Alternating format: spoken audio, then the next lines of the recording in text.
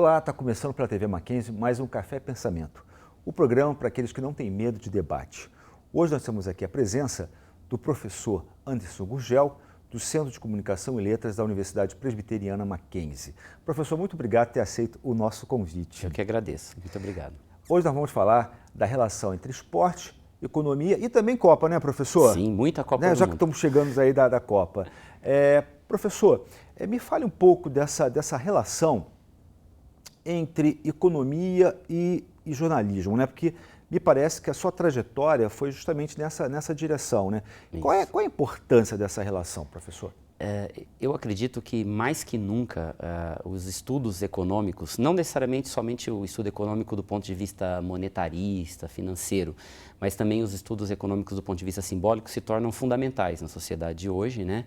E dentro da minha trajetória, desde que eu me formei, eu acabei caindo no jornalismo econômico e descobri uma área fascinante dentro das várias áreas, educação, negócios em geral. Eu acabei trabalhando com economia do esporte também. O jornalismo econômico, ele passa por vários momentos na história do Brasil, né? Falando um pouquinho disso, tem a fase... Quando é que começa justamente se a gente fosse falar em termos históricos, essa questão do jornalismo econômico, como o jornalismo se voltando para a economia? O jornalismo econômico ele é fundamental quando a economia se torna um assunto mas nacional. eu digo historicamente, quando ele começou? Por exemplo, um período fundamental foi o do Milagre Brasileiro, né, quando o jornalismo econômico ajudou... Ou seja, lá pelos anos 70. Anos 70. Tá, Vai ter um outro 70. momento no plano real, e eu acho que o momento que a gente tem hoje é fundamental um bom jornalismo econômico, né? Senão a gente não consegue entender sequer a Copa do Mundo enquanto um objeto que é esportivo e econômico ao mesmo tempo. O senhor falou da questão simbólica do jornalismo na área de economia. O senhor podia falar um pouco sobre isso? Para começar, o que o senhor compreende como símbolo e essa relação simbólica do esporte na economia? O que isso traz para a economia em termos significativos? Perfeito. Dois autores de referência falam bastante disso, né? O Bourdieu, na Economia das Trocas Simbólicas. O Pierre Bourdieu, né? Pensador francês. Isso. E tem um outro autor de economia, que é o Cal Polanyi, que eu acho que tem um trabalho muito legal, porque ele vai fazer um resgate, já num marxismo tardio, do processo que levou à abstração da economia e a economia associada ao dinheiro, a finanças, né? Ele vai fazer um resgate mostrando que existe uma economia ainda antes deste pensamento de economia como acúmulo de capital. Então existe um valor das estratégias, existe um valor das questões de decisão tomadas, existe uma lógica que é econômica por excelência, né? O conceito de economia simbólica vai beber, por exemplo, na questão da religião, né? Há toda uma discussão de economia que vai voltar, inclusive, à discussão da crise das imagens, que vai estar na origem, inclusive, da reforma protestante, em vários momentos da história. E o Max Weber já vai fazer uma relação Perfeito. à ética protestante pelo capitalismo nessa questão aí das ações racionais do capitalismo ocidental, né? Então, e naquele momento ainda, que o Weber vai falar, não é um autor que eu trabalhe com regularidade, mas eu tenho uma noção do que você está comentando, e vai ter um pouco ainda desse viés simbólico. Perde-se no processo de acúmulo de capital e que vai levar a sociedade de consumo de hoje, essa preocupação com o valor simbólico. Mas, como a minha formação, meu doutorado é em semiótica, a gente sabe que as questões simbólicas elas estão sempre postas, ainda que não aparentemente, né? Então, as questões ligadas ao simbolismo, à tomada de decisão, a definição, por exemplo, de um discurso que a gente vê hoje na Copa do Mundo, de um lado um discurso de críticos da Copa do Mundo, de outro, as empresas envolvidas trabalhando uma estratégia de somos um só, como por exemplo a Globo vai usar essa ideia de um país que veste uma chuteira. Isso tudo tem valor econômico muito forte, porque cria um pertencimento a um grupo. Né? Várias pessoas dizendo que é o próprio discurso que a CBF vai trabalhar para a Copa do Mundo agora, né, que a ideia de que o Brasil tem muita chance, que é uma chance de ganhar uma Copa em casa, é um discurso que quer vincular as pessoas. E isso tem por trás algumas imagens que têm um valor econômico muito forte. Até se a gente fosse falar em termos histórico-cultural, né, temos que lembrar que nós perdemos em casa a Copa de 50, de 50, né? perfeito. Quer dizer, ainda é, digamos assim, um ressentimento, por assim dizer, no inconsciente brasileiro, ou seja, de tentarmos ganhar a Copa em casa, né? E me parece que nesse aspecto podemos falar em termos simbólicos que pode ter uma relação com a economia, né? Embora eu vou falar daqui a pouco desse problema da Copa, né? Mas eu queria que o senhor falasse mais, o senhor falou do seu doutorado, né? Como é que foi aí o seu doutorado? O que o senhor trabalhou exatamente? Perfeito. Dentro desse processo de entender o esporte como um negócio, eu acabei, isso gerou no mestrado o meu livro, Futebol S.A., e uma discussão sobre como a mídia, o jornalismo cobre os negócios do esporte. Só um instantinho aqui, né? Por favor. Momento aqui da mostrar o seu livro, momento agradeço. marketing, digamos assim, que é justamente esse aqui, né? Futebol S.A. Economia em Campo. Esse livro, que é um livro de 2006, ele né? foi lançado em 2006 e ele é uma releitura do meu mestrado, que é justamente uma análise de como o jornalismo econômico trabalha o esporte, aborda, constrói as suas reportagens.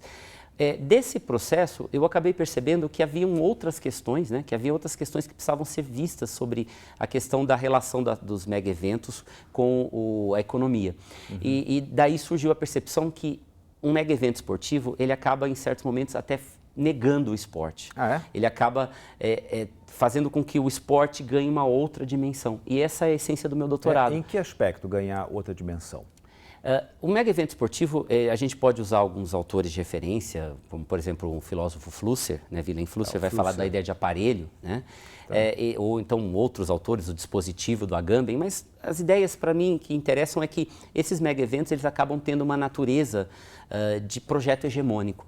Né? A FIFA, na verdade, ela é uma grande instância imperial dentro de um mundo globalizado que a gente vive hoje, e os mega eventos, Copa do Mundo e Olimpíada, que são dois dos principais, eles acabam tendo um papel de fazer com que esse projeto imperialista de mundo se viabilize. Mas o que o senhor está chamando de projeto imperialista? Eu estou até com medo aqui. Né? O que significa isso? Os mega-eventos, se a gente pensar a relação do brasileiro com o futebol, isso acho que até ajuda a explicar um pouco uma ideia que eu não terminei, a gente tem aquela relação, o brasileiro gosta de futebol, o seu time regional, a pelada de fim de semana, isso tem muito pouco a ver com Copa do Mundo. Efetivamente, a Copa do Mundo, ela se coloca como um projeto global, um projeto de todos voltados para um único foco ou para uma única tela, porque efetivamente um mega evento ele é um evento midiático, mais até do que esportivo, né? E isso é um projeto imperial porque doutrina o mundo. Quando a FIFA fecha o acordo com o Brasil... Mas isso não é uma questão do próprio capitalismo, ou seja, sim. De globalizar, porque se a gente for ver, isso também acontece em outros... Quer dizer, claro, né? O que eu quero chamar a atenção é justamente desse processo de racionalização da economia e que transforma o esporte, como você falou, em mega evento, em puro espetáculo de consumo, né? Perfeito. E que me parece que não é um fenômeno só da área do futebol, do jornalismo, ou dos esportes. A gente pode ver isso, por exemplo, nos grandes eventos de exposições de arte, né? Sim. O Centro Cultural Banco do Brasil vive fazendo isso, enfim, ou seja, que no final das contas, o que interessa não é justamente, no caso de exposições e museus, não é realmente formar público em termos culturais, mas sim é simplesmente ver a quantidade de pessoas, é o marketing, é disso, né? Me parece que ocorre, lógico, em outro patamar com o futebol, mas isso me parece que é da lógica do capitalismo, não? Então, dessa nova fase do capitalismo, diriam alguns estudiosos da questão do capitalismo, né? Que é uma fase em que o capitalismo ele vai cada vez mais construir um projeto de mundo, né? Isso já vai ser até uma nova fase do pensamento da sociedade de consumo. Porque o consumo hoje efetivamente se dá na instância das imagens, aí a gente volta na questão simbólica. Né? E aí que os mega-eventos se tornam projetos especiais. Né? E a FIFA, que não é necessariamente um Estado, ela acaba se tornando uma instância de poder à parte. Por isso que eu usei de uma maneira um pouco até forte, mas não é tão anormal assim. Se você pegar Hobsbawm, por exemplo, ele vai dizer da globalização pelo futebol. Vários autores vão falar dessa ideia de que há uma globalização do mundo a partir do esporte que não começa agora. Se a gente pegar, por exemplo, o projeto inglês, né, de expansão da cultura inglesa, isso estou falando da fase áurea da Inglaterra, né, do Reino Unido, você vai ter o futebol como um elemento chave. O que a gente tem hoje é uma nova instância que a essência não está no esporte. Esse que é o ponto importante. Os mega eventos esportivos, eles vão se nutrir do esporte para alimentar um sistema que é um sistema de imagens do esporte. Essa é a essência do meu doutorado. Os mega eventos esportivos, eles vão trabalhar imagens do esporte, mas vários autores de teoria da imagem, eu particularmente trabalho muito com Flusser, vão nos lembrar que a imagem é a ausência do objeto mostrado, é uma representação que ao mesmo tempo mente, né? O Flusser vai falar do biombo, da imagem como um biombo. Então, quando a gente mostra um clipping de jogos de uma Copa do Mundo, como agora tem né, a gente tem vários passando aí, fazendo essa expectativa da Copa no Brasil, a gente vê o quê? Um excesso de imagens, um acúmulo de imagens, diria o Guy Debord, né, na Sociedade do Espetáculo, que em vários momentos não remetem ao esporte, porque com o mundo das imagens você consegue construir irrealidades. Os filmes da Nike, da Adidas, eles constroem um esporte que vai além da capacidade de jogo do esporte. Eu acho que até antes de todos os autores aí, o próprio Marx vai falar do fetiche da mercadoria, perfeito, né? Perfeito. E que é isso que faz o capitalismo ser o que ele é, né? É perfeito lembrar do Marx nesse sentido, porque tem a ver com isso. Fetichiza-se um esporte que já não é mais esporte, e sim uma espetacularização, ou como eu trabalho, uma mediatização desse esporte, que é efetivamente o que os mega eventos fazem.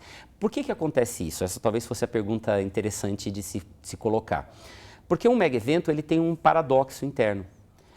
Enquanto você quer ser um projeto global, abarcar grandes multidões, vai se falar a audiência da Copa de 2010 foi de 30 bilhões de pessoas. Primeiro, não existe 30 bilhões de habitantes neste mundo.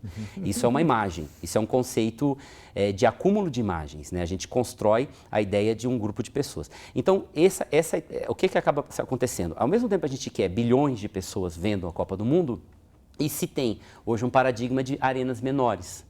Então, a ideia de um Maracanã em 1950 para 200 mil pessoas, as maiores arenas da Copa de 2014 são para 70 mil. Então, você vai criando espaços físicos menores em detrimento de um projeto que você quer efetivamente abarcar bilhões de pessoas. Então, isso só se resolve no mundo das imagens. Então, professor, eu quero falar dessa questão aí do mundo das imagens com a Copa que tá se aproximando, mas eu quero falar sobre isso no nosso próximo bloco. E você continue aqui com a gente no Café Pensamento.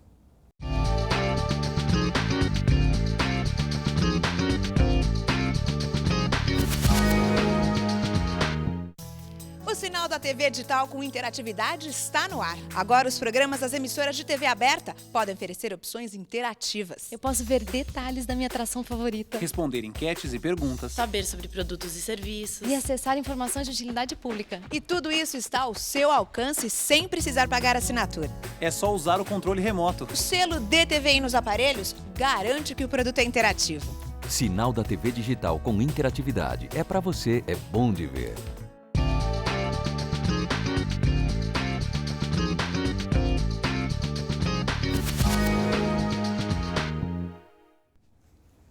Olá, estamos de volta ao Café Pensamento, hoje com o professor Anderson Gurgel. Professor, no bloco anterior nós estávamos falando a respeito da formação dos mega eventos na área do futebol e a relação desses mega eventos com, digamos assim, a estrutura cada vez maior do capitalismo globalizado. E o senhor estava falando das imagens, como que é da relação das imagens com o real. E agora eu queria, nesse bloco, discutir um pouco essa questão das imagens na nossa Copa, que está sendo aqui na nossa casa, aqui no Brasil, e questões políticas, né? Nós vemos, desde o ano passado, nós estamos aí a várias manifestações de rua, e isso acabou criando, digamos assim, para o bem ou para o mal, uma determinada consciência, ou pelo menos uma suposta formação de uma consciência política e aí uma criticidade, né, uma consciência crítica em relação ao que está acontecendo aqui da formação das arenas, da corrupção, enfim, algo que está na pauta do dia da sociedade brasileira. Mas como é que o senhor vê isso em termos de imagens? Também não há muito exagero? Então, foi surpreendente por um lado e ao mesmo tempo, né, como eu trabalho e pesquiso nessa área há mais de 10 anos, né, então o início dos protestos e desses grandes questionamentos de Copa do Mundo durante a Copa das Confederações causou uma certa surpresa no primeiro momento, mas ao rever todo o processo faz muito sentido. A gente fala, né, quando eu comecei a estudar isso, no fim dos anos 90, estudar esporte, estudar futebol, ainda se tinha um ranço de futebol como alienação, pão e circo, aquela discussão toda. Mas aos poucos a gente vai percebendo que não é bem isso. Efetivamente, vários autores como Roberto da Mata vão falar, o futebol no Brasil ele consegue ser uma instância, uma instituição diferenciada, né?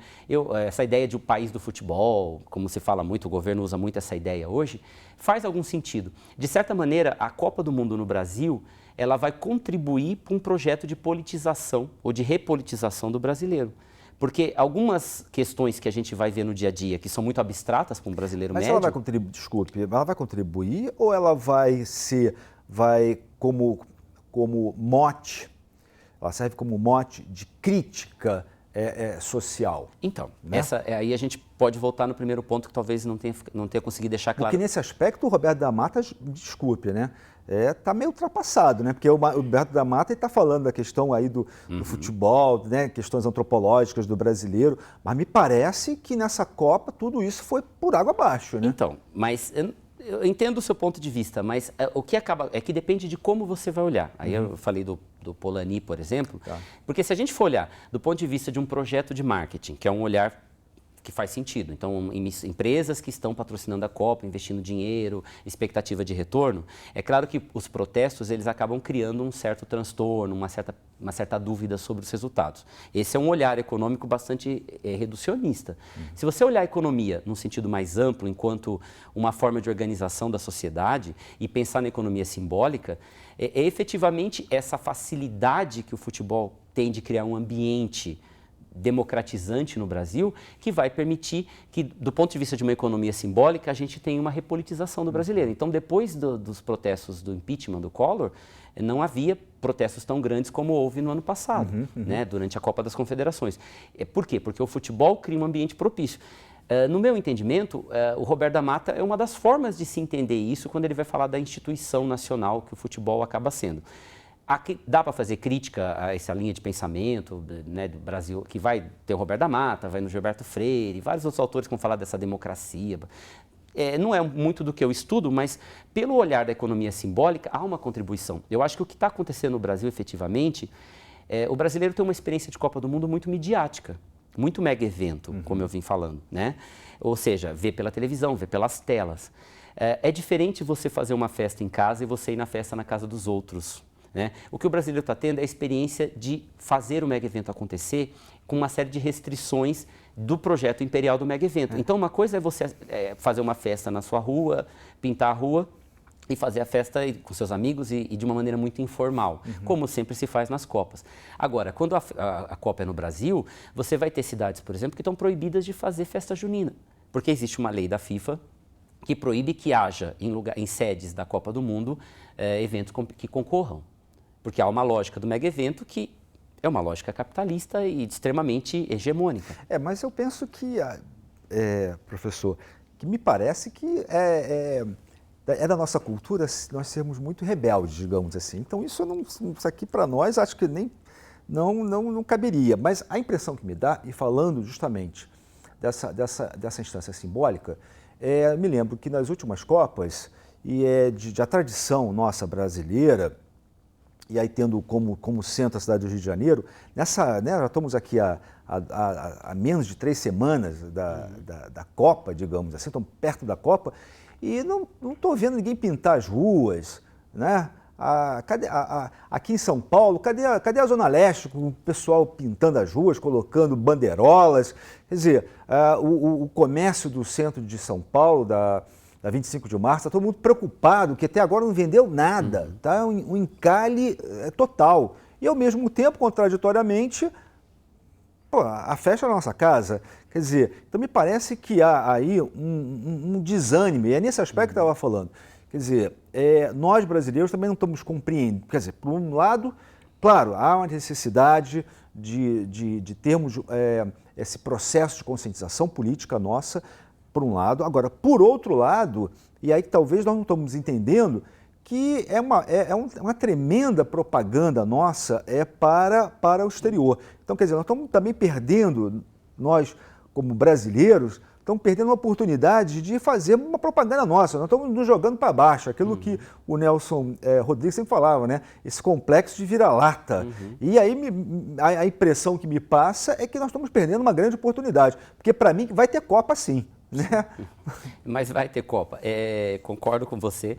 O problema é esse, o objeto Copa do Mundo se mostrou mais complexo, porque ele saiu da sua natureza de imagem, voltando, porque quando o brasileiro fala da Copa da África, da Copa da França, da Copa da Alemanha, porque é visto mediaticamente pelos meios de comunicação de massa, e ele virou um objeto real, né? A Copa do Mundo é na nossa casa, no nosso quintal, como vai dizer uma campanha de cerveja, ou seja, ele se torna uma coisa presente que incomoda, em muitos momentos, que cria problemas. Eu concordo com o seu ponto de vista, existe um excesso de pessimismo que dá até para fazer uma associação com esse problema que o Nelson Rodrigues já chamado complexo de vira-latas. Existe também uma outra teoria do sociólogo Ronaldo Elau, que é de uma certa esquizofrenia dos meios de comunicação de esporte, do jornalismo esportivo, em relação ao esporte, que vai de um certo pessimismo exacerbado a uma euforia também completamente descerebrada, vamos dizer assim. Então eu até acho, pensando agora, há 15 dias da Copa do Mundo, que começa uma mudança de foco. O jornalismo foi muito duro por causa do processo todo dos protestos, o que não estou dizendo que esteja errado, tem que registrar o que está acontecendo, mas uma pauta muito negativa. Várias pessoas que acompanham esse assunto vão falar de uma pauta negativa ao excesso.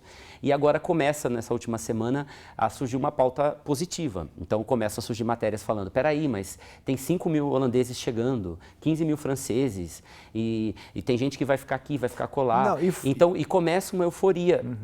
Realmente, não tem isso, mas vai ter aquilo. O problema, para mim, são os extremos, sempre. Então, não é nem achar que é tudo perfeito ou que está tudo errado. Porque, efetivamente, enquanto um objeto complexo, tem os dois lados. Né? Tem coisas muito mal feitas e que a gente poderia ter um retorno muito maior, mas tem coisas que também estão acontecendo. Claro. Professor, eu queria que o senhor, só para nós terminarmos, infelizmente está acabando o nosso tempo, que o senhor falasse um pouco sobre os seus projetos de pesquisa e um pouco desse livro que é Comunicação e Esporte, Reflexões, que foi aí organizado pelo senhor aqui na Intercom. Perfeito. Né? O senhor podia... Legal, eu agradeço pela oportunidade. Eu faço parte há mais de 10 anos de um grupo de comunicação e esporte, grupo de pesquisa em comunicação e esporte da Intercom. Nós fazemos várias publicações, como esse livro que você acabou de mostrar, e estamos também lançando, agora às vésperas da Copa do Mundo, um e-book de circulação gratuita sobre Copa do Mundo. Então, são mais de 15 pesquisadores do Brasil inteiro, de várias universidades, abordando a Copa do Mundo enquanto um objeto comunicacional relevante para o país. Então, tem historiadores falando da história da Copa, gente de marketing abordando questões mercadológicas. O meu trabalho nesse livro é um capítulo justamente mostrando um mega evento enquanto um objeto comunicacional. E como é que as pessoas podem ter acesso? Legal. Ele pode ser encontrado pelo portal da Intercom, né, www.intercom.org.br, na parte de e-books, ou pelo Twitter, quem tiver interesse pode me procurar, @AndersonGurgel, no Twitter, e eu faço questão de passar o link e disseminar esse conhecimento aí que a gente vem desenvolvendo num momento que eu acho que é importante na história do Brasil. Tá bom. Professor, muito obrigado pela sua presença, eu que agradeço pela sua entrevista. Oportunidade. E eu quero agradecer a você que tem nos acompanhado e até o próximo Café Pensamento.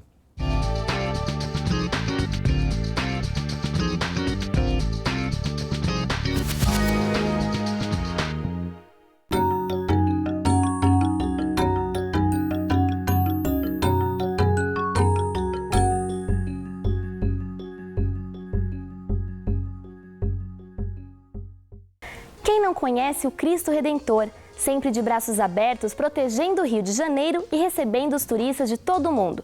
Mas o Cristo que você conhece hoje é diferente do projeto original. Cristo Redentor, braços abertos sobre a Guanabara. Talvez você não saiba, mas no projeto original, o Cristo aparecia segurando uma cruz na mão direita e o globo terrestre na mão esquerda. Outra modificação, o Cristo só foi coroado depois de perder um dedo, uma sobrancelha e um pedaço do lábio. Já adivinharam o porquê da coroa? Para-raios, a estátua ficou tão alta que é vítima das tempestades. O Cristo Carioca foi eleito como uma das 7 novas maravilhas do mundo moderno e tem 38 metros. Isso sem contar os outros 710 metros do próprio Corcovado. E mesmo com essa altura toda, nenhum acidente aconteceu durante os 5 anos de sua montagem.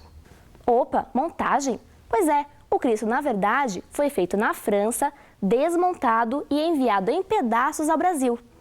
Chegando aqui, a estátua foi montada de cima para baixo, primeiro a cabeça, depois o resto do corpo.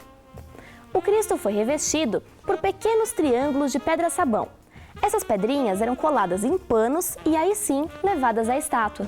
O autor do projeto chamava-se Heitor Costa, já seu escultor foi o francês Paul Landowski. E agora, quem é o pai do Cristo? Até hoje, corre processo entre as famílias. E olha que o monumento começou a ser construído em 1921, como parte das celebrações de 100 anos da independência do Brasil. Entretanto, a ideia é antiga e já havia sido levada à Princesa Isabel em 1859. Quase 130 anos mais tarde, o Cristo Redentor foi inaugurado em 12 de outubro de 1931. Hoje, com 80 anos, o Cristo continua atraindo muitos turistas e sendo o principal cartão postal do Rio de Janeiro.